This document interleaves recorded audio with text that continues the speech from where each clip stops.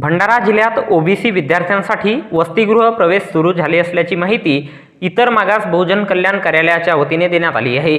राज्यातील ओबीसी विद्यार्थ्यांसाठी 36 जिल्ह्यांमध्ये 72 वसतिगृहे सुरू करण्याची घोषणा महाराष्ट्र शासनाने हिवाळी अधिवेशनात केल्याप्रमाणे राज्यातील प्रत्येक जिल्ह्यात मुलामुलींसाठी प्रत्येकी 100 विद्यार्थी क्षमतेचे 2 वसतिगृह सुरू करण्यात येत आहेत।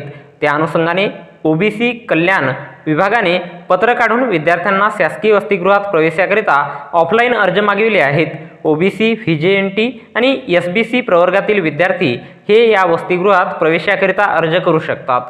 सदर प्रवेश अर्ज सहाय्यक संचालक इतर मागास बहुजन कल्याण कार्यालय सामाजिक न्याय भवन भंडारा येथे उपलब्ध असून विद्यार्थ्यांना ते विनामूल्य देण्यात येतील। अर्ज अटी आणि शर्तीच्या अधीनतेवर देण्यात येतील। मूळ भंडारा शहर येथील रहिवासी विद्यार्थ्याला वसतिगृह प्रवेशाकरिता अर्ज घेता येणार नाही।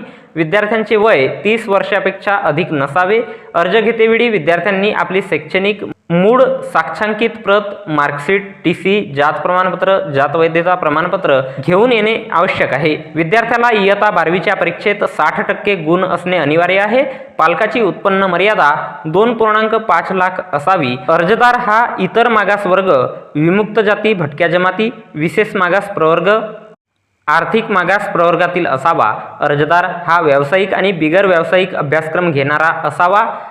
वसतिगृहनिहाय रिक्त जागांमध्ये इतर मागास वर्गाकरिता 58 जागा, विमुक्त जाती भटक्या जमाती 31, विशेष मागास प्रवर्ग 6, EWS 4, दिव्यांग 4, अनाथ 2 तर खास बाबींसाठी 5 अशा प्रत्येक वसतिगृहात 100 जागा राहणार आहेत। वरील अटी शर्ती पूर्ण करणाऱ्या विद्यार्थ्यांनी अर्ज संपूर्ण कागदपत्रांच्या झेरॉक्स प्रतीसह सहाय्यक संचालक इतर मागास बहुजन कल्याण कार्यालय सामाजिक न्याय भवन सिव्हिल लाईन भंडारा येथे सादर करावेत, अशी माहिती इतर मागास बहुजन कल्याण कार्यालय भंडारा यांच्या वतीने दिनांक 23 जून 2024 रोज रविवारला दुपारी 4:30 वाजता देण्यात आली आहे।